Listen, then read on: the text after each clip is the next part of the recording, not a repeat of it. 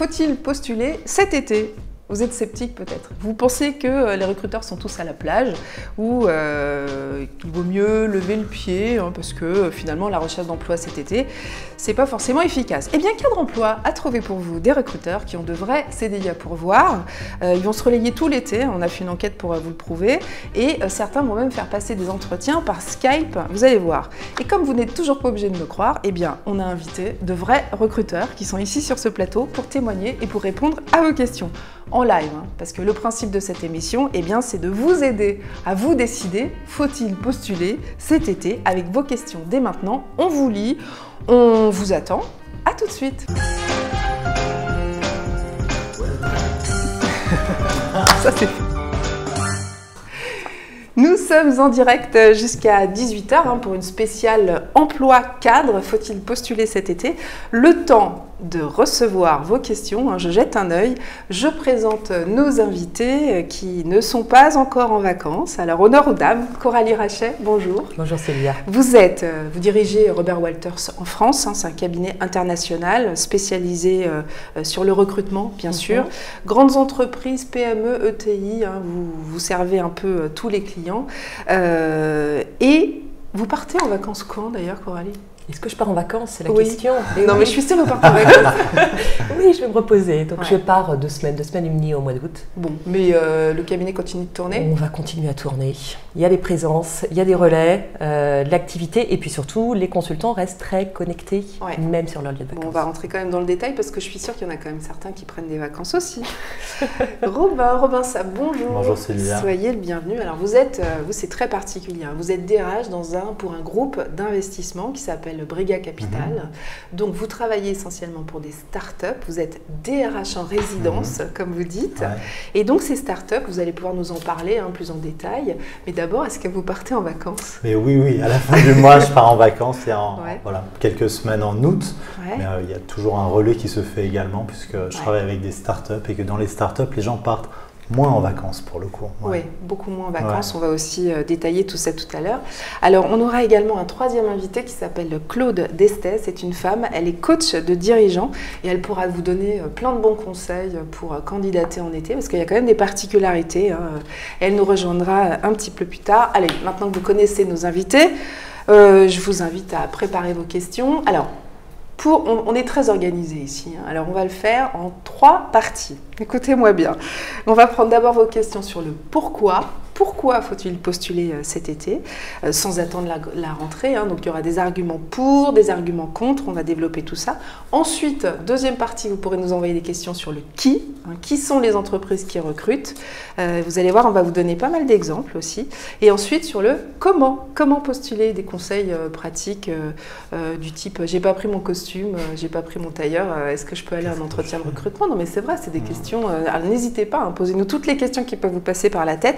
C'est le jour ou jamais, pour ou contre postuler cet été, c'est parti.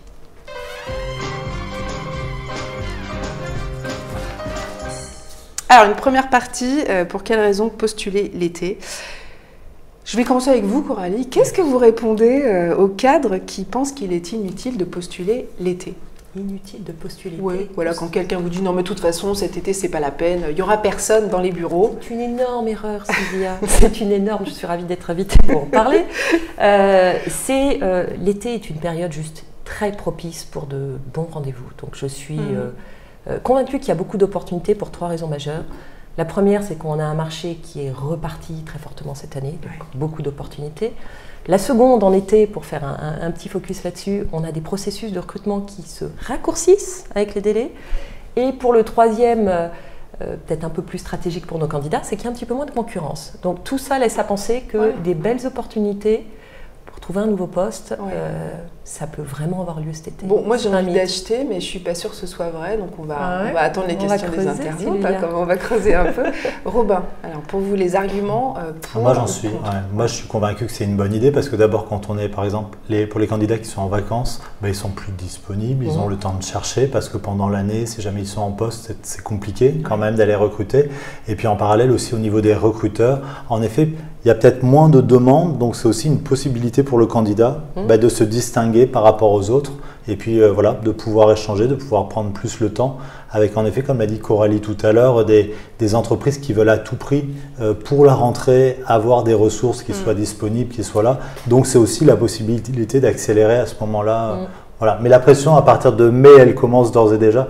On dit voilà, il nous faut vraiment les ressources à partir de septembre, puisqu'il y a un préavis de 3 mois en général. Oui, c'est ça. Donc ça se raccourcit, et ça accélère. Et voilà, beaucoup plus de choix aussi, peut-être d'accélération et de pression. Donc c'est plutôt positif pour les candidats aussi. D'accord. Donc décollage des offres cadres, hein, vous le disiez Coralie, peut-être également l'occasion de sortir du lot, vous le rappelez aussi. Et quand même, je voudrais compléter, je suis Madame Chiffre aussi aujourd'hui. Vous n'aimez pas les chiffres. 58% des entreprises veulent recruter des cadres au 3e trimestre. Ce sont des chiffres officiels donnés par l'APEC. 58% des entreprises et 78% sont sûrs de le faire. C'est-à-dire que, donc, je rappelle, 3e trimestre, hein, juin, juillet, août, si je ne m'abuse, c'est bien ça. Donc, vous voyez, les opportunités sont vraiment là. Les premiers secteurs concernés, informatique, secteur bancaire et construction. Les jeunes DIP et les seniors, bien entendu, veulent recruter. 44% des entreprises envisagent de recruter des jeunes diplômés au cours du 3e trimestre. Les seniors ne sont pas en reste puisqu'on enregistre une augmentation de 7% des intentions d'embauche.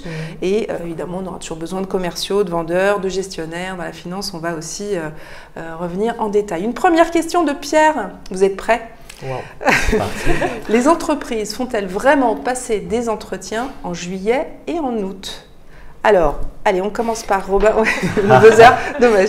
On commence par Robin. Robin, des exemples de start-up pour lesquelles vous bossez. Vous ne serez pas là, mais certaines start-up. Par exemple, en juillet, moi, pas plus tard que cet après-midi et demain matin, j'ai des entretiens. Donc, c'est quelque chose qui est continu. Donc, jusqu'à mon départ, par exemple, en vacances, jusqu'à fin juillet, je continue à avoir des personnes aussi bien directement, c'est-à-dire des gens avec qui j'ai des entretiens physiquement, mais également des personnes que j'ai par téléphone ou par Skype et avec qui on va pouvoir échanger et voilà, avancer justement dans ce processus de recrutement. Donc oui, ça se fait, mais après au mois d'août, par exemple, les équipes aussi qui sont dans les startups vont continuer justement ce processus de recrutement, rappeler les candidats, les recevoir. Donc c'est quelque chose qui va se faire en continu, il n'y a pas véritablement d'arrêt. Parce que comme vous le disiez tout à l'heure, dans les startups, il n'y a pas cette culture des vacances, parce que quand même, vous êtes ce qu'on appelle Briga en tous les cas, est un accélérateur. Alors, Briga, c'est un fonds d'investissement, et moi, mon rôle, c'est vraiment de les soutenir sur l'aspect RH. Maintenant, ce qui distingue vraiment une startup d'une PME, c'est ce modèle qui va pouvoir être à la fois duplicable et qui va pouvoir accélérer, aller très vite. C'est ça qui fait la différence. Donc, à partir du moment où on va les financer, il y a en effet une course. Voilà, il faut que ça aille vite. Et ça, c'est une forme de pacte qu'on a avec ces startups. Et eux-mêmes, de toute manière, on les sélectionne aussi parce qu'ils ont envie d'aller vite, parce qu'ils ont envie de transformer à un moment donné. Donc, ça continue à travailler souvent l'été. Même pas plus tard que la semaine dernière, je discutais avec un dirigeant de startup qui est à Barcelone, une des startups qu'on a dans notre portefeuille, et qui disait moi en août je prends pas de vacances. Et là je lui disais non, mais il faut quand même prendre au moins une semaine de vacances parce que c'est important aussi à un moment de déconnecter. Maintenant, ce sont vraiment des équipes qui sont à fond, qui veulent vraiment avancer, qui délivrent, et donc il y a un moment donné, c'est vrai que ça travaille aussi beaucoup, et l'été compris. Ouais. Alors on a une question de Caroline, ça c'est pour vous Coralie. Que faire lorsque les cabinets de recrutement ou les services RH ne répondent même pas? Bouh. On les dénonce. Qu'est-ce qu'on peut faire? On les dénonce. On les dénonce. Est-ce que les cabinets de recrutement et les services insister, trouver d'autres biais pour faire connaître votre candidature? Alors, quand même, on peut dire qu'il est possible que certaines entreprises soient effectivement fermées. Donc, alors, sur les réponses l'été, la réalité, c'est qu'il y a des processus quand même potentiellement plus longs sur des candidatures qui ne seraient pas en complète adéquation. Donc, la réalité, c'est qu'il y a un décalage dans le temps sur des candidatures qui ne sont pas cœur de cible ou pas exactement aux attentes, donc il peut y avoir un décalage de 15 jours, 3 semaines, 1 mois. Mais les recruteurs ne prennent pas 2 mois de congé, on est bien d'accord, même dans les grandes entreprises. Non, et j'allais dire, beaucoup dans les grandes entreprises, il y a beaucoup de processus qui sont mis en place. Je rejoins ton point sur les startups, moi j'ai beaucoup de donneurs d'ordre qui m'expliquent qu'ils seront joignables en vacances ou qui mettent en place des processus en leur absence, une DRH qui s'assure que quelqu'un va avancer le débat pour elle. Mais les réponses aux annonces et le non-réponse aux annonces, c'est effectivement un grief régulièrement rencontré. 2 secondes sur Robert Walters. Oui. Comment vous vous êtes organisé pour cet été? Vous allez partir en vacances, ok. Mais après, en juillet, combien de consultants sont là? En août, combien de consultants seront là? Alors mon oncle, c'est effectivement cabinet de recrutement, donc c'est pas exactement le timing. Timing du mois de juillet, c'est des mois très denses, très forts. Tout le monde veut clôturer ses recrutements fin juillet. Voilà.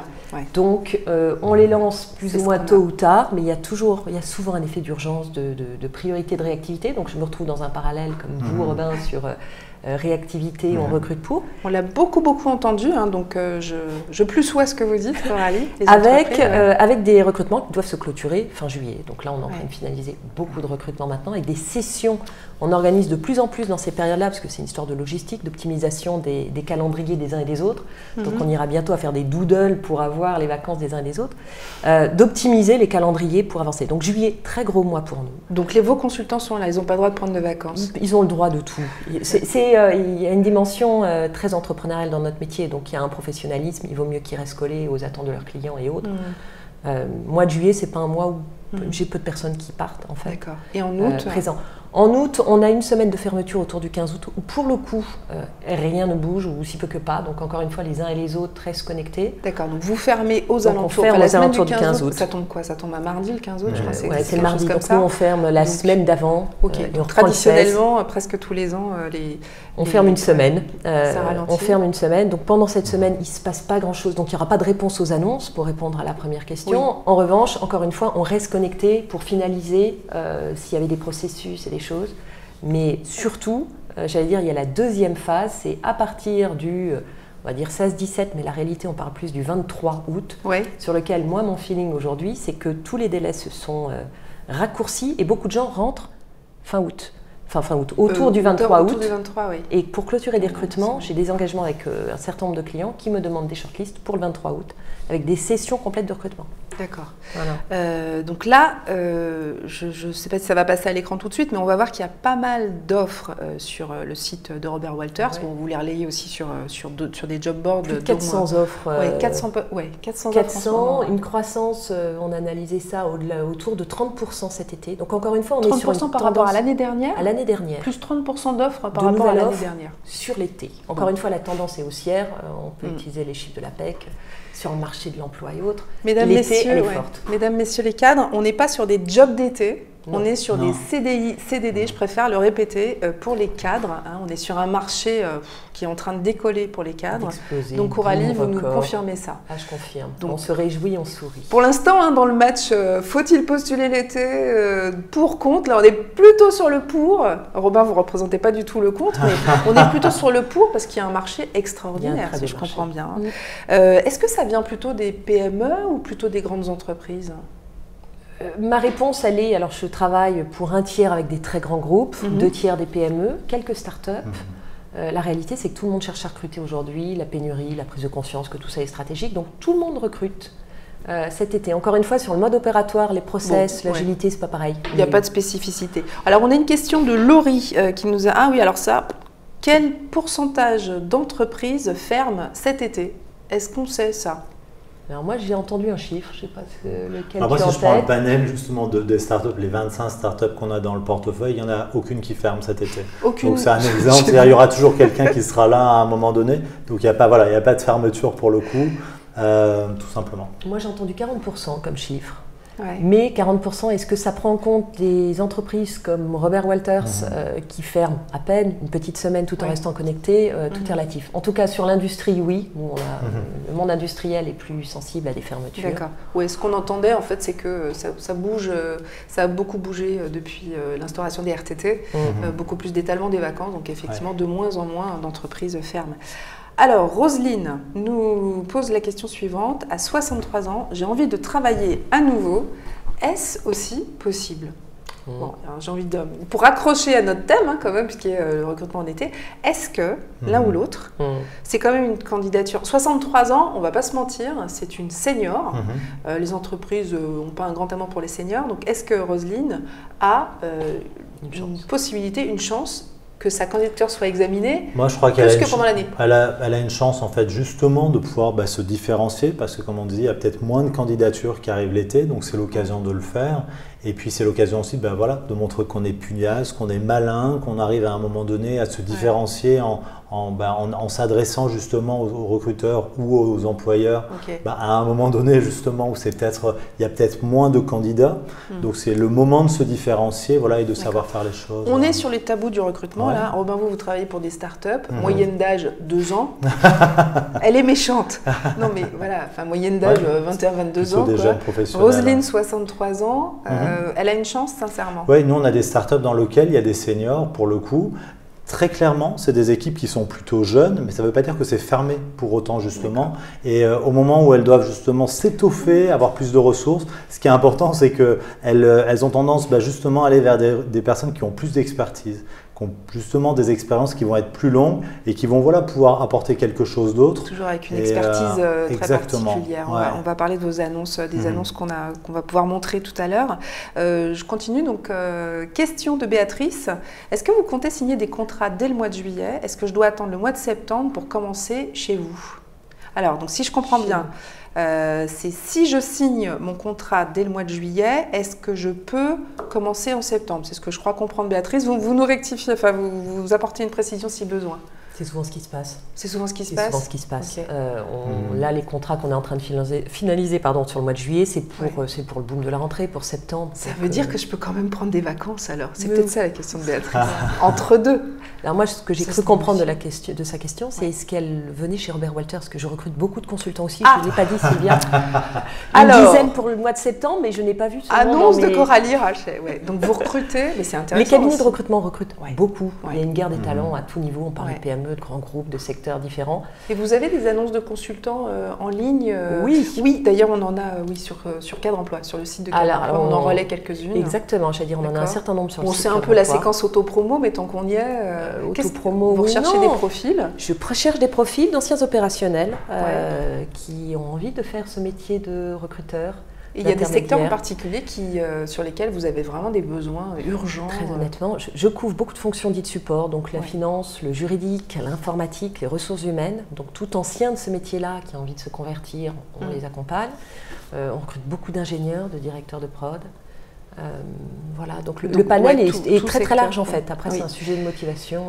Alors Coralie, je reste encore un petit peu avec vous sur les régions et Robin, je vous passerai la parole après. Donc il n'y a pas que des recrutements à Paris, 40% des recrutements dans votre cabinet se font plutôt pour Paris, donc il reste 60% pour les régions, c'est bien ça? Alors non, c'est pas ça Sylvia, veuillez m'excuser. Mais quels sont les ratios? Je suis plutôt aujourd'hui à 70% sur Paris, 30% en région. D'accord. En revanche, le chiffre de 40% a peut-être été issu sur l'analyse qu'on a fait des gens que nous plaçons en région, donc on est sur la partie Rhône-Alpes avec un bureau à Lyon et la partie sud-ouest avec un bureau balai à Toulouse.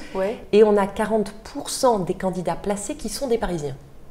En fait, le message des 40%, c'est de dire qu'on a une belle attractivité de la région de manière générale, du sud, et qu'on recrute et qu'on fait jouer notre réseau de Robert Walters pour attirer des candidats en région sur lesquels on a là aussi un boom incroyable. On atteint des records jamais atteints depuis une décennie. C'est-à-dire qu'en région, donc, vous êtes surtout basé à Lyon et Toulouse, vous avez des candidatures de cadres, donc, surtout l'été, en particulier l'été ou... Toute l'année, on a des candidatures. Être en vacances là-bas Alors, il y a... Oh, tiens, c'est arrivé, c'est arrivé. Je ne crois pas. Si, Sylvia, c'est arrivé au bureau de Toulouse, mais on a eu aussi à Lyon des candidats qui se présentent, qui demandent un entretien. Et on en a placé un l'année dernière dans ce genre de contexte, donc l'anecdote est assez rigolote. D'accord. D'opportunités qui peuvent arriver. Non, ce qui se passe souvent l'été sur la région, c'est que quand il y a des mobilités et sur un âge où on a parfois des gens en couple, notre enjeu à nous, souvent, c'est de trouver une solution pour le reste de la famille. Donc on colle un peu au calendrier scolaire avec un déménagement l'été pour commencer l'école au mois de septembre. Et très souvent, le deuxième challenge que nous avons, c'est de placer la femme ou le mari qui suit. Et là, on est en train, en l'occurrence, de finaliser à Lyon le recrutement de l'épouse. Alors on anticipe sur la troisième partie, Coralie, donc je veux bien, mais je veux bien qu'on garde ça parce qu'on a encore des questions sur qui sélectionne. Est-ce que ce sont des algorithmes qui sélectionnent? Robin, je suis sûre que vous allez adorer répondre à cette question. Non, pas du tout. Pour le coup, on est encore sur un métier où c'est clair que pour choisir les candidats au démarrage, en tout cas le premier groupe de candidats. Vous parlez bien de vos startups. Exactement. Ouais. Là, on va travailler sur des bases de données. Pour le coup, il y a des grilles, il y a des éléments qui fait qu'on va avoir un premier lot de candidats. Mais ensuite, il y a une partie qui est vraiment très importante, où c'est vraiment nous qui allons voilà, nous y coller, téléphoner, créer les grilles d'entretien, échanger avec les candidats, vérifier des informations, voilà, les évaluer également parfois sur des compétences très techniques. Et là, pour le coup, oui, il y a un vrai rôle encore humain qui est important dessus. Maintenant, sur certains métiers, commence à y avoir aussi pas mal de supports pour faire de l'évaluation en ligne, par exemple. Et je pense aux métiers notamment dans tout ce qui est développement tech, par exemple, où en effet, il y a des solutions qui sont proposées et ça permet de vérifier justement le niveau des personnes, comme ça peut être fait par exemple sur les langues à un moment donné. Oui, mais vous chassez aussi, ça vous arrive de chasser? Oui, tout à fait, en direct. Donc ça signifie contact en direct avec les candidats, rencontres, entretiens. Tout à fait. On peut parler un petit peu justement des startups. N'hésitez pas à poser vos questions. On en a certaines qui défilent mais qui ne sont malheureusement pas en rapport avec le thème. Donc je rappelle, spécial cadre, faut-il postuler en été? En revanche, ce sont des questions qu'on va pouvoir prendre en troisième partie parce qu'il y a pas mal de questions sur les aspects pratiques, etc. Donc la première partie, pourquoi faut-il postuler l'été? Moi, je voulais savoir effectivement si dans les startups dont vous vous occupez, je crois qu'il y en a une vingtaine. Oui, c'est ça, 25. 25. Pour Brega. Est-ce que dans ces startups, vous avez des postes difficiles à pourvoir en ce moment ou sur lesquels vous voudriez faire un focus? Alors, on a une grosse partie des postes aujourd'hui, c'est beaucoup de postes qui sont sur le commercial, tout ce qui est business, le marketing également. Il y a tout le sujet qui est lié au développement informatique. Maintenant, si je pense peut-être à des postes plus spécifiques, on a un poste de sourcing leader chez Exotech. Donc sourcing leader, c'est quoi? Alors, c'est comme un responsable achat, mais qui va avoir justement un rôle plus important à la fois en étant force de proposition et dans le développement du produit. C'est-à-dire qu'il va travailler directement avec les ingénieurs. Il va leur dire, voilà, on a ça sur le marché. Comment est-ce qu'on va pouvoir faire évoluer pour avoir des performances qui sont meilleures? Et alors, dans vos rêves les plus fous, vous aimeriez avoir quel type de candidat sur cette offre? Moi, j'aimerais un candidat en fait qui a déjà, par exemple, une expérience justement dans le secteur industriel. C'est un poste. Vous n'allez pas trouver le sourcing leader. Enfin, il y a quelqu'un qui a. Si, il y en a des postes. Il y a des personnes, oui, tout à fait. Mais c'est un poste qui est basé à Lille. C'est dans une startup qui s'appelle Exotech qui fait des robots. On est dans la robotique.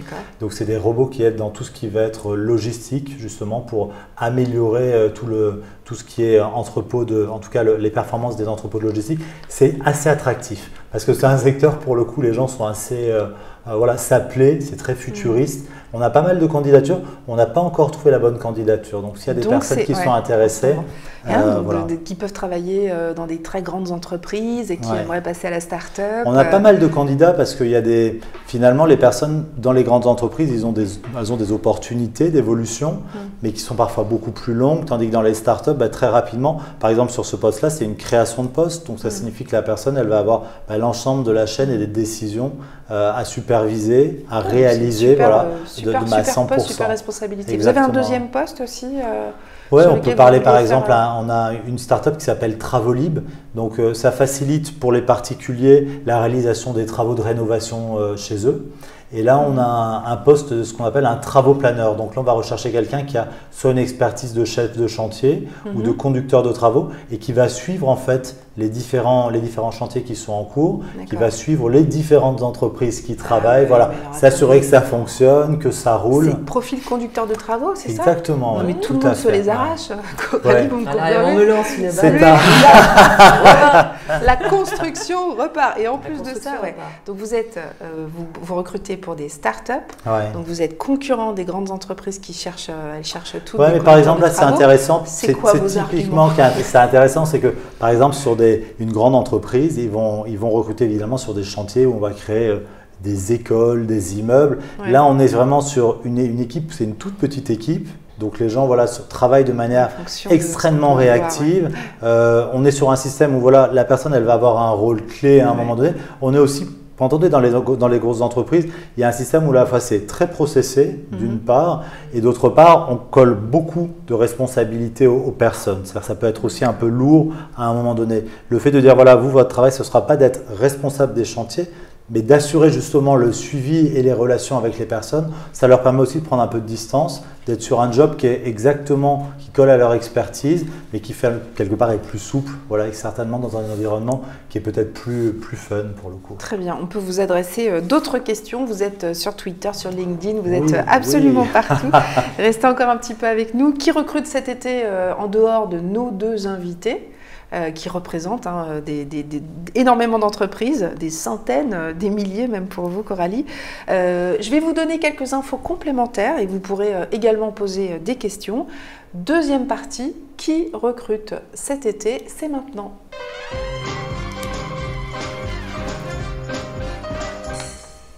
Alors, la rédaction de Cadre Emploi a mené l'enquête. Auprès des entreprises qui recrutent cet été. On en a trouvé 10, enfin on en a extrait 10 parce que figurez-vous qu'il y en a énormément. Donc c'est un choix complètement arbitraire, j'allais dire. En fait, ça reposait sur l'intérêt des informations que nous donnaient les entreprises. Donc on voulait des infos assez précises sur la façon dont les boîtes s'organisaient pour faire passer des entretiens notamment. Voilà, donc c'est paru ce matin sur notre site, vous pouvez le retrouver facilement. Les 10 entreprises en question, vous avez Shiseido, le Shiseido groupe EMEA. Alors par exemple chez Shiseido, on a contacté Liana Vivant, qui est responsable RH Shiseido groupe EMEA. Alors le studio est tout petit, on ne pouvait pas faire revenir tout le monde, mais vous allez avoir toutes les informations sur le site. Actuellement, ils ont 10 CDI de cadres. Donc ce sont des énormes boîtes et il y a 10 CDI. Donc voilà, il y a un effet de distorsion, on va dire. C'est-à-dire que comment être au courant que ces 10 CDI sont à pourvoir chez Shiseido? C'est compliqué pour les candidats. Elle ne l'a pas posté sur Cadre Emploi? Grave erreur. Non, les offres ne sont pas sur Cadre Emploi, mais en tous les cas, on peut les retrouver sur leur site avec des profils absolument super intéressants.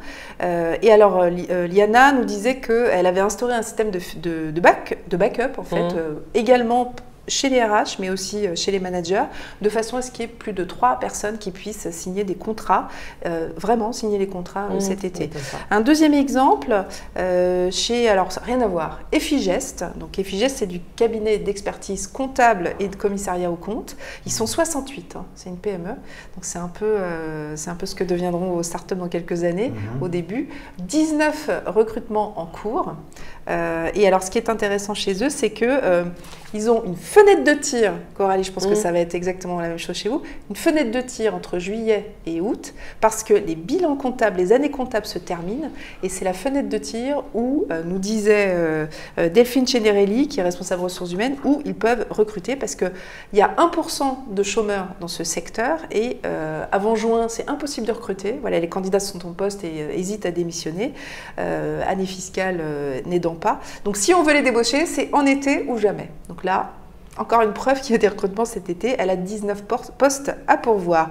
Autre exemple chez AK Technologies, on est dans une ESN. Bon, j'ai pris AK, mais en fait, il y en a des centaines comme ça. Chez vous, Coralie aussi, il y a sûrement des ESN qui recrutent.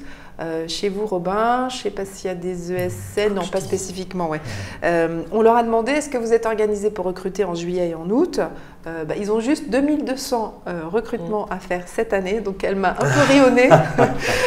Très sympa, Sophie Pellet, directeur du recrutement d'ACA, et elle nous a dit, vous pensez bien qu'avec un marché aussi tendu que le nôtre, on est là, on s'est organisé. En juillet, nos 50 recruteurs sont là. Et 50 recruteurs. Et en août, environ un tiers d'entre eux sera présent. Et de toute façon, il y a des signataires. On peut parfaitement faire signer. Voilà. Donc ce ne sont que quelques exemples parmi beaucoup d'autres qu'on a mis en ligne. Et puis de toute façon, vous retrouvez toutes ces offres. Voilà. Robin, vous allez nous quitter malheureusement. Merci beaucoup pour votre témoignage. Donc on peut retrouver Briga, toutes les offres de Briga et des entreprises, bien sûr, que vous représentez sur le site. On passe par le site et on voit toutes les annonces. Cliquez, il y a Job et puis à l'ensemble, il y a une soixantaine de postes pour le coup. Voilà. Donc soixantaine de CDI. Donc merci beaucoup. Et du coup, Claude Destet va nous rejoindre. Alors Claude, elle est coach de dirigeants. attention, pardon, il va falloir qu'on vous débranche. Claude est coach de dirigeants et elle conseille aussi les cadres en reconversion professionnelle. C'est une activité, non pas qu'elle va nous décrire, mais en fait, elle va pouvoir nous donner plein de conseils sur la façon de postuler en été, parce que quand même, on est un peu obsédé par ça aujourd'hui. Postuler en été, il y a des particularités. Alors notamment, on peut se demander si on peut arriver bronzé à un entretien. N'hésitez pas à poser toutes vos questions. Est-ce que ça se fait, par exemple, je suis en vacances, Coralie, je suis en vacances, j'ai pas du tout prévu d'aller à un entretien d'embauche, j'ai mes tongs et mes shorts, et mon short, ou ma jupette. Ouais. Est-ce que je peux aller en entretien comme ça? Et si j'y vais, qu'est-ce que je dois préciser? Ça dépend qui, quoi, où, de quel secteur on parle, de quelle entreprise, typologie. Ce qui est évident, c'est que si on informe le cabinet de recrutement ou la société finale de la situation, tout est acceptable, entendable, je pense. Ouais. Et il faut mettre un petit peu il faut préparer, histoire de ne pas passer à côté d'une très belle opportunité. La réalité, c'est qu'il y a quand même, encore une fois, de jolies histoires de recrutement qui se font sur la plage, qui sont à des endroits un petit peu atypiques. Oui, depuis un rocher où je vois le coucher de soleil. Alors, voilà notre troisième invité, Claude Destet. Je vous propose donc de passer aux conseils pratiques pour postuler l'été avec Coralie Rachet et Claude Destet qui viennent nous rejoindre. Troisième partie.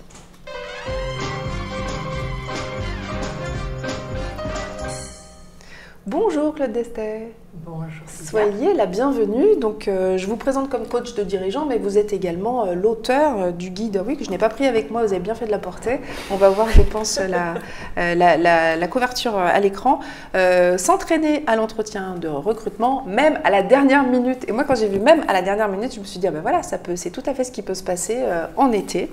Alors, avant de vous donner la parole, on va... Aux éditions Erol. Aux éditions Erol, oui, vous avez tout à fait raison, pardon. Il faut bien sûr le préciser. Il est paru il n'y a pas très longtemps d'ailleurs. En mai, le 4 mai. Il est paru en mai, voilà. Ouais. Moi, c'est vrai qu'on s'est beaucoup inspiré des conseils qui sont dans votre guide, qui sont, comme je vous le disais, frappés au coin du bon sens, et ça fait du bien. Alors, avant-hier matin, est passé sur l'émission Télématin. Je ne sais pas si vous la regardez. En tous les cas, une consoeur, Sophie Pignal, avait tourné un petit reportage sur justement faut-il postuler cet été. Donc on s'est dit qu'on allait vous passer quelques images. Si la régie est prête, on peut envoyer.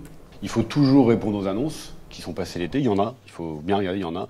Et puis surtout, il ne faut pas hésiter à envoyer son CV, à faire une candidature spontanée pour une entreprise qui vous intéresse, parce que les recruteurs sont généralement plus disponibles. Moi, effectivement, il y a mon activité commerciale, donc je suis plus apte à regarder des CV, à évaluer si éventuellement la personne pourrait faire l'affaire.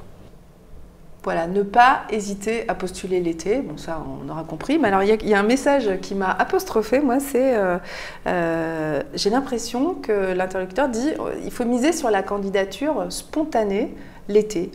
Candidature spontanée, Claude? Pourquoi pas? Ouais. Qu'est-ce que vous en pensez? Candidature spontanée, déjà, on peut préciser ce que c'est parce qu'il peut y avoir je dirais une candidature spontanée ciblée, parce que inonder le marché, ça ne sert à rien. Ouais. Donc, peut-être que l'été, on a un petit peu plus de temps, donc on va pouvoir travailler un petit peu plus son marché, pouvoir un peu plus calibrer le message qu'on va faire passer dans sa candidature spontanée, et donc démultiplier ses chances de retenir l'attention de son recruteur qui peut-être a un tout petit peu plus de temps. Mais Coralie nous a dit qu'ils étaient surbookés. Donc c'est peut-être à juillet. Voilà. Donc peut-être sur août. Pourquoi pas. En revanche, il faut faire attention parce que la candidature spontanée, si elle n'est pas traitée en août, elle va, entre guillemets, être stockée et le déstockage, je ne sais pas Coralie, ce que vous en pensez, peut-être peut risquer de prendre un petit peu de temps. Ouais. Moi, je suis plus mesurée sur la candidature spontanée. Alors, je prêche peut-être un peu pour ma paroisse aussi. En revanche, un phénomène qui ressemble à la candidature spontanée, c'est qu'on reçoit, nous, beaucoup. On a plus de candidats qui prennent un peu de hauteur pendant les congés et qu'on a pu solliciter tout au cours de l'année, qui n'ont pas trouvé de timing pour venir nous voir. Ouais, pour venir vous voir, Et l'idée pour nous, dans ce type de candidature, c'est d'être beaucoup plus proactif, de pousser leur candidature. Donc faire un petit peu ce que vous décrivez dans un style de candidature spontanée, sauf que ce qu'on fait nous en tant que cabinet de recrutement, c'est qu'on parle aux clients que nous connaissons. Donc une relation de confiance déjà établie, une expertise reconnue. Et là, il est très courant que ces mises en relation puissent aboutir. Voilà, donc une démarche beaucoup plus proactive. Et pour moi, les cabinets de recrutement sont en mesure plus facilement. Parce que c'est vrai que les candidatures spontanées, sans contact, dans une entreprise qu'on ne connaît pas, non ciblée sur une offre, on parlait, il y avait une question tout à l'heure sur les algorithmes ou autres, ça peut finir en bas d'une pile quand même. Là, en fait, c'était... on vise une entreprise, c'est ce que vous conseillez, Claude, on vise une entreprise, en particulier, ou 2-3 entreprises, et vraiment on peaufine sa candidature. Voilà, il faut prendre le temps aussi de se poser aussi sur soi. Quel est le message que je veux faire passer? Quelles sont mes qualités personnelles? Quelles sont mes compétences? Et ça prend un petit peu de temps de s'intérioriser.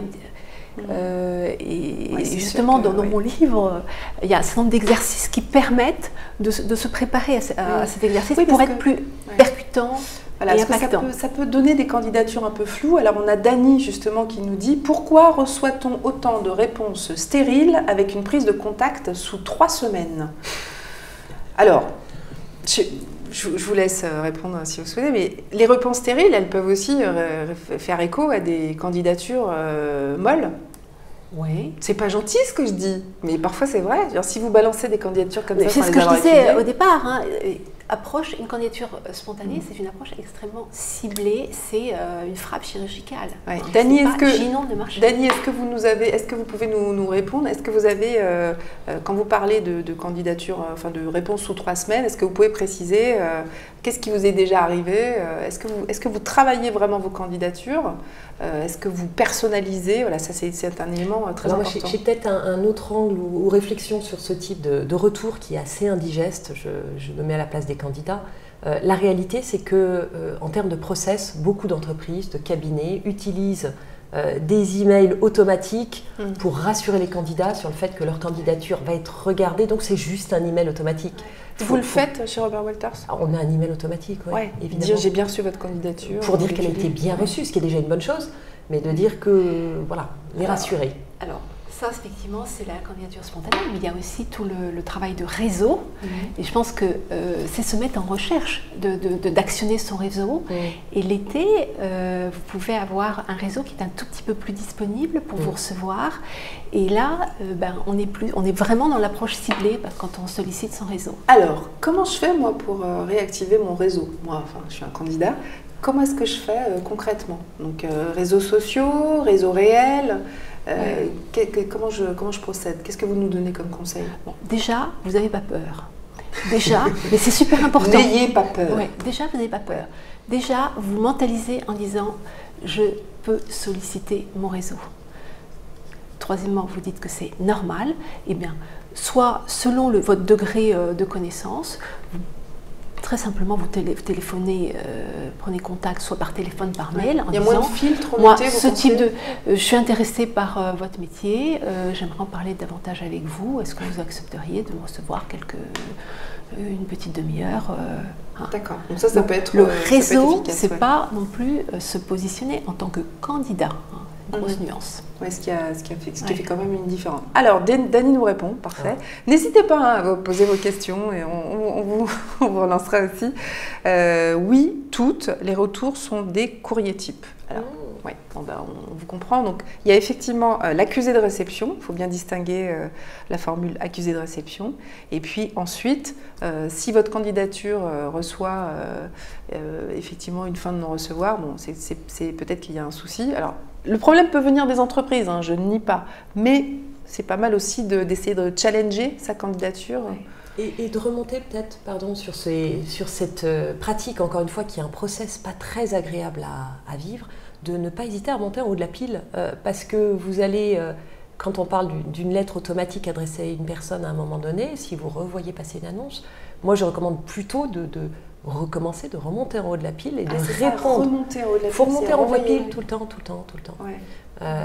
Et je me permets peut-être un autre conseil qui n'a pas été demandé, que j'ai vu avec beaucoup de plaisir de la part d'un candidat. Encore une fois, nous, on a pris un soin particulier à créer cette proximité avec nos candidats, nos clients évidemment, pour connaître leur date de vacances, pour savoir où ils partent en vacances pour avancer nos processus. Oui. Vous avez demandé à vos clients leur date de vacances? Date de vacances et où ils vont. D'accord. Pour ceux qui sont disponibles, sur un malentendu. Oui, donc ce qui permet effectivement au cabinet que vous êtes d'optimiser les prises de rendez-vous. Exactement. Et ce que ça traduit, dans des demandes de candidature de gens qui ont besoin de remonter en haut de la pile, ce qui se passe régulièrement, c'est que j'ai ces temps-ci des candidats qui m'informent avec un petit SMS ou un email qu'ils partent maintenant en congé, me confirment, et qui me rappellent de manière assez subtile qu'ils seront de retour à telle date et prêts pour des entretiens. Voilà, donc ça fait partie des pratiques un peu faciles ou simples quand on est déjà connecté avec un recruteur pour remonter en haut de cette pile. Sur les vacances, il y a un point qu'on n'a pas abordé, c'est la dimension internationale, parce qu'il y a de plus en plus de recrutements qui sont en contexte international, et notamment l'Asie est une région que je vois vraiment beaucoup recruter. Et ben l'Asie, en Chine, c'est simplement en octobre les vacances liées à la fête nationale, et puis après on va jusqu'en janvier-février avec le Nouvel An chinois. Donc en fait, en Asie, ils travaillent vraiment en ce moment. Donc c'est très très bien de le rappeler, effectivement. Donc il faut se dire qu'il ne faut pas avoir non plus le prisme simplement franco-français, mais maintenant le marché des cadres, c'est devenu un marché global, et ça il faut l'avoir à l'esprit, je pense. Bon alors on peut quand même donner comme conseil aux cadres qui ont travaillé toute l'année et qui ont bien mérité des vacances. Très fatigués, un peu comme nous, qui ont bien mérité des vacances. Est-ce qu'il y a quand même des petites choses qu'on peut faire? Imaginons qu'on a quand même réfléchi dans l'année, voilà, ça fait 10 ans qu'on est à ce poste-là, ça peut être ce cas, hein. On a commencé à réfléchir, à se dire bon, ce serait peut-être bien que je bouge, etc. Qu'est-ce qu'on peut mettre en route en été? Coralie, vous en parliez un petit peu tout à l'heure. Alors là, si on veut vraiment entamer une réflexion, je dirais, il ne faut pas non plus le faire, entre guillemets, je dirais, à cloche-pied. Hein. Soit j'y vais, soit j'y vais pas. Parce que là, si vous commencez en n'étant pas aligné, vous allez le faire à moitié et vous allez continuer à le faire à moitié. Hein. Ne pas être aligné, ça veut dire être aligné sur vous-même, c'est-à-dire ce que vous avez envie de faire, ce que vous voulez faire et comment vous allez le faire. Hein. C'est ce que je suis, ce que j'ai envie de faire et comment je le dis à mes recruteurs. Donc ça, c'est un travail. Et moi une partie de ma clientèle, c'est des personnes qui sont ce qu'on appelle en transition professionnelle. Donc c'est des gens qui sont hors poste. Donc moi, j'ai plutôt tendance à leur conseiller parfois de partir vraiment en vacances. Hein, parce que on ne cherche pas un nouveau poste à mi-temps. Hein, c'est un vrai job. Donc qui partent en vacances et puis en septembre, ils reviennent, leurs enfants vont à l'école, et ben eux, ils vont se mettre à plein temps à chercher. En transition professionnelle, ça veut dire, quand vous dites hors poste, c'est-à-dire qu'ils sont au chômage? Exactement. Ou qu'ils ont été licenciés. Ils ont quel âge, vos clients? Moi, j'ai des clients qui sont entre 40, 55 ans, 60 ans. Donc là, il faut qu'ils travaillent leur deuxième partie de carrière. Exactement. Pas dernière, hein. Pas dernière. On va jusqu'à 67 ans hein, maintenant. Oui, c'est ça. Prenez bien conscience.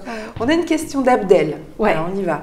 Bonjour, je suis un docteur ingénieur en mécanique et matériaux avec une expérience de 3 ans. Vu que je n'ai pas d'expérience en industrie, je suis au chômage depuis plus de 2 ans. Ah oui, ça fait long. Que pensez-vous de ma situation? J'ai 36 ans. Parlez-nous de l'âge des candidats. Abdel, on vient juste d'en parler. Alors, donc une situation assez particulière. Expérience de 3 ans, au chômage depuis plus de 2 ans, docteur ingénieur en mécanique et matériaux. Qu'est-ce qu'on peut faire pour Abdel? Qu'est-ce qu'on pourrait lui conseiller? Ingénieur, alors docteur. Moi déjà, je dirais, manifestement, la façon dont il exprime, il est très marqué par l'âge et sa période d'inactivité.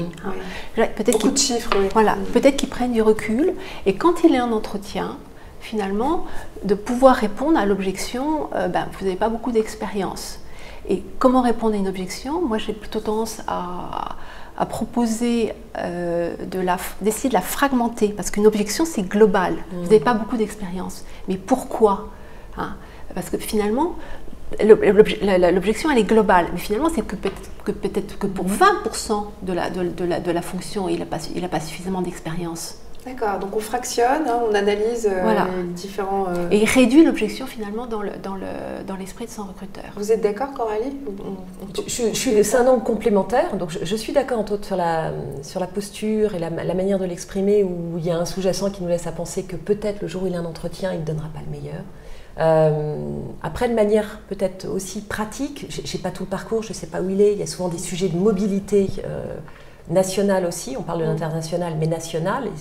Je ne connais pas tout son dossier. Encore une fois, je l'invite plutôt à se mettre en relation aussi avec des cabinets spécialisés pour qu'ils puissent lui faire un retour sur ses compétences, sur le marché, des véritables experts qui vont faire son agent, son coach dans une certaine mesure, et peut-être s'ouvrir à l'intérim aussi. C'est vrai qu'en France, il y a toujours un phénomène d'élitisme avec beaucoup de recrutement sur des gens qui sont en poste. Sur un docteur ingénieur 2 ans sans être en poste, je ne connais pas exactement le créneau et je serais ravie de le mettre en relation avec... alors c'est le premier service que je peux lui donner, lui donner mes coordonnées ou vous lui donniez pour qu'on mette en relation avec des ingénieurs qui peuvent l'aider. Est-ce qu'il est clair dans l'expression de son besoin? Parce que Abdel, êtes-vous clair dans l'expression de votre besoin?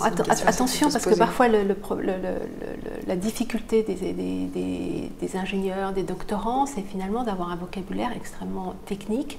Et dans les entreprises, le premier niveau, c'est des gens de RH qui n'ont pas forcément de formation technique. Et là, il faut savoir finalement traduire quasiment ce que l'on sait faire, ce qu'on va apporter à l'entreprise. D'accord. Alors continuez à nous envoyer des questions. On est dans la 3e partie de cette émission sur les aspects pratico-pratiques de la candidature en été. Alors si vous n'osez pas poser la question, moi je vais la poser. Voilà, moi je voudrais savoir, est-ce que venir à un entretien bronzé, c'est rédhibitoire? Ce n'est pas de moi. Cette question n'est pas de moi, il faut que je vous l'avoue. Il faut mieux éviter les coups de soleil quand même, parce que ça montrerait que vous êtes imprévoyant et que vous ne savez pas gérer votre crème solaire. Oh non Non, c'est terrible. Non, on a le droit d'être imparfait. Donc voilà, venir à un entretien bronzé, bien sûr, voilà, ça veut dire qu'on sait bien, qu'on s'est reposé. J'allais dire, on ne le dit pas très souvent en entretien non plus, et j'aimerais faire le lien avec la préparation aux entretiens qu'on a. Qui fait probablement trop défaut à certains candidats. On se retrouve de nouveau là sur un marché tendu, pénurique sur certaines fonctions, on l'a déjà dit, de candidats qui se retrouvent avec 3 offres, 4 offres. Et on se demande parfois pourquoi cela et pas d'autres. Ça tombe sur certains candidats, donc on pourrait dire c'est la compétence, l'expertise, oui. Il y a tout le sujet de la motivation qui est une partie très importante à sonder, à analyser en amont pour être, comme vous dites, en ligne, avec qui on est, ce qu'on cherche. Motivation, c'est l'état d'esprit, on est bien d'accord. C'est être positif. Pas que je suis sur la motivation, de vérifier ce qui va faire sens. Tout à l'heure, on évoquait avec Robin une start-up. La motivation, c'est le moteur que vous allez apporter à l'entreprise. Quel est-il? Est-ce que vous le connaissez? Comment nous, cabinet de recrutement, on peut vous accompagner pour le traduire et nous assurer du meilleur match, mise en relation, et nous assurer qu'il n'y a pas, et j'allais dire notre valeur ajoutée, c'est d'aller outre ce qui est parfois exprimé, qui est peut-être parfois la même chose. Ce sur quoi je voulais terminer, qui est un petit peu plus rigolo ou atypique, c'est que quand ces candidats sont en surdemande, ils sont souvent juste très sympathiques, bronzés, très sympathiques, très agréables, ça rayonne. Vous sortez d'entretien, donc je rigole avec le bronzage. C'est l'effet onde positive. Mieux vous êtes dans votre vie, plus vous allez diffuser des ondes positives en entretien. La préparation, je vais vendre votre bouquin, je ne l'ai pas lu, mais je suis convaincue de la force de la préparation. Et un candidat bien préparé sera dans une autre attitude, d'autre posture en entretien, parce qu'il sera très à l'aise avec le détail, avec ses compétences, il aura déjà tout préparé. Et il ne sera plus là que pour créer la relation. Alors, il nous reste peu de temps. Je voudrais qu'on puisse quand même donner des conseils. Ce n'est pas terminé, Coralie. Donner des conseils si on décide de postuler sur son lieu de vacances, depuis son lieu de vacances. On l'a vu tout à l'heure, ça peut arriver à des cadres en poste, à des cadres au chômage, en recherche d'emploi. On a le droit de prendre les vacances quand on est en recherche d'emploi. Il suffit de le signaler à son APEC ou à son pôle emploi. Donc, légalement, c'est possible. On se retrouve donc sur son lieu de vacances et puis on voit quand même passer, parce que le petit portable c'est quand même drôlement pratique, on est tout le temps connecté, on voit passer une annonce qui est quand même vachement bien, quoi. Parce que c'est chez Robin, comme on a vu tout à l'heure, ou c'est chez vous, ou c'est dans les entreprises que j'ai citées tout à l'heure. Voilà, il y a du monde pour recruter cet été, donc qu'est-ce qu'on fait? On abandonne ses vacances, on se met à rédiger son CV, sa lettre de motivation dans son coin, on prend une journée là-dessus. Qu'est-ce qu'on fait? Le dilemme estival. Le dilemme. C'est tellement facile de postuler, mais je vous laisse... Tout dépend le type de job et où. Il y a des candidatures... C'est le job de mes rêves. Ouais. C'est le job de mes rêves. Voilà, foncer, donc, il faut foncer. Ouais. Mais On attention, attend pas septembre, quoi. mais attention, parce que aussi vous pouvez être pris dans une frénésie de vacances et pas finalement tout voir. Hein. Quand vous êtes dans une belle boîte, que vous avez un beau job, eh ben, il faut vraiment pas se tromper quand on quitte sa boîte, parce qu'on la quitte qu'une fois. Et là, il faut vraiment aller sur le vrai job de ses rêves, mais le vrai. C'est vrai Et qu'on pas quitte le qu'une mirage. fois, on ne quitte qu'une fois une boîte et il faut bien peser le pour et le contre. Exactement. Donc ça, c'est pour les petits conseils. Coralie, Alors, je tilte sur on quitte une fois, Oui. c'est que, Parce que votre le profession- phénomène que j'ai moi, Oui. c'est les recrutements boomerang. Ah oui, il y a des allers-retours. Donc, l'aller-retour, c'est-à-dire des candidats qui Vous ont êtes travaillé trop dans des recrutés. structures, je pense à un de mes clients phares, équipementier automobile, très renommé, des candidats qui partent, qui font une autre expérience dans des startups, dans d'autres groupes, et qui reviennent avec un autre savoir-faire, une autre technologie, et ils les recrutent une deuxième fois. Et ça se fait de plus en plus. C'est vrai. Donc on peut les quitter 2 fois. 3 Oui, fois mais peut-être. en même temps, vous Mais allez vous avez valoriser raison, votre Philippe. départ, il faut faire quand même attention. Et peut-être que la période des vacances n'est peut-être pas la meilleure pour finalement prendre du recul en disant j'y vais pas, parce que le temps, il est écrasé. Alors, je parlais de lettre plutôt, je parlais de candidature. Donc, un CV, ça, effectivement, il faut toujours en avoir un de près, ou un profil, hein, bien sûr. Une lettre de motivation. Alors, moi, pendant l'enquête, on a eu plein de recruteurs qui nous ont dit la lettre de motivation, oubliez, c'est pas la peine. Alors, on sait que c'est pas une règle universelle. Mais est-ce que vous assistez aussi au déclin de la lettre de motivation? C'est pas la peine de passer du temps sur la lettre de motivation? Oui. En été comme en dehors de cette Sauf pour période? une candidature Très très ciblée, ciblée, quoi, personnalisée. frappe stratégique. D'accord. Ouais. Parce que les lettres de motivation, souvent, elles sont impersonnelles et inefficaces. Aussi bateau que les emails qu'on renvoie les uns les autres pour dire que sau 3 semaines.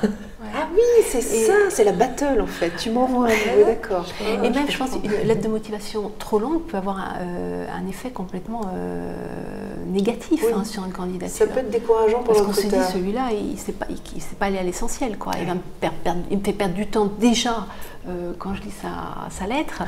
ouais. Travailler avec lui, ça va être l'enfer. D'accord. Donc un petit mail de motivation éventuellement, Ouais. parce que quand même on accompagne. Compact son égale CV ou- impact.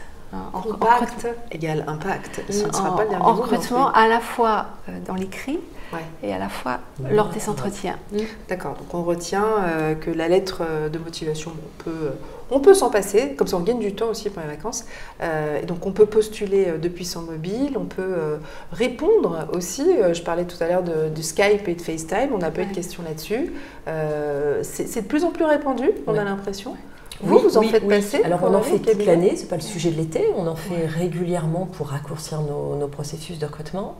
Alors ça ne veut pas dire que derrière on ne rencontre pas les candidats, mais on gagne du temps, on a un premier filtrage et l'été c'est très très courant. Quand je vous parlais de ces périodes de process où il peut y avoir une forme de latence, les clients qui veulent être très proches me disent on fera un Skype, on fera un FaceTime, on avance. Et on a fait un recrutement il n'y a pas très longtemps quand vous parliez de hamac, de maillot de bain et tout ça, avec les 3 Et de parties, tongs. mon consultant en recrutement, alors c'était pour la région sud, consultant en recrutement, le client et le candidat, les 3 sur leur lieu de vacances, transat, hamac et je ne sais quoi, et qui ont fait toute la fin du processus par Skype. Par Skype, Non, mais FaceTime. Le Skype, le FaceTime, c'est des techniques d'entretien que les candidats doivent de plus en plus maîtriser parce que les entreprises, elles sont avec leur structure matricielle aussi. Vous pouvez avoir un rendez-vous avec quelqu'un sur Paris, après quelqu'un à Singapour, quelqu'un à New York, voire quelqu'un à Lyon. Et finalement, le Skype, ça devient de plus en plus une méthode de recrutement dans les grosses boîtes. On est bien d'accord. Des petits conseils pour ces entretiens vidéo en direct, puisqu'on a quand même l'image en Skype. Enfin, on peut avoir que le son, mais c'est souvent l'image. Quelles recommandations vous faites? Je peux avoir...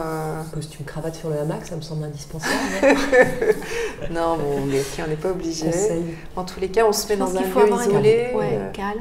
Et puis, vraiment avoir bien structuré auparavant ce que l'on va dire. Parce que le Skype, il faut être beaucoup plus impactant que dans une conversation, finalement, un peu plus de salon, où on va se...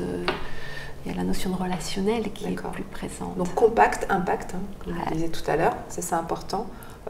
Et structure. D'accord, on met les enfants à la garderie. Non, mais ça peut arriver. Au papa. Choix, voilà. Alors, on a une question de Pamela. Peut-on encore dire « c'est le job de mes rêves » ? Ne sommes-nous pas entrés dans une ère où il est possible d'avoir sur une carrière plusieurs jobs de rêve qui correspondent à un moment de vie, à des envies, à des compétences ? Alors, Pamela nous demande si on peut avoir plusieurs vies dans une seule vie professionnelle. J'aurais adoré que Robin soit là. Ouais. Robin est un homme qui a eu 3 vies. Il n'a pas raconté toute sa... Oui, il n'a pas eu le temps de raconter sa vie, effectivement. Je l'ai un peu coupé. C'est démultiplication des baguettes magiques, mais il faut y croire. Merci Pamela, c'est très bien. C'est une très bonne vision des choses. Bien entendu qu'on peut avoir plusieurs vies professionnelles. Quand on sait que 50% des compétences seront obsolètes dans 2 ans, fort heureusement, il va falloir trouver des jobs et des rêves un peu différents au fil de notre carrière. Et parce que ça va changer au fur et à mesure. Mesdames, merci infiniment d'être passées sur ce plateau. Alors, je crois que Abdel, en fait, nous a recontactés.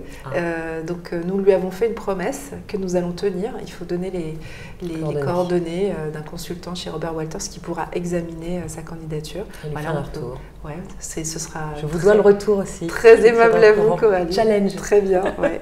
Un dernier mot pour les cadres qui se disent que c'est vraiment pas le moment de postuler en été. Un dernier mot. Je continue à dire, s'ils n'ont vraiment pas envie, on ne va pas les forcer.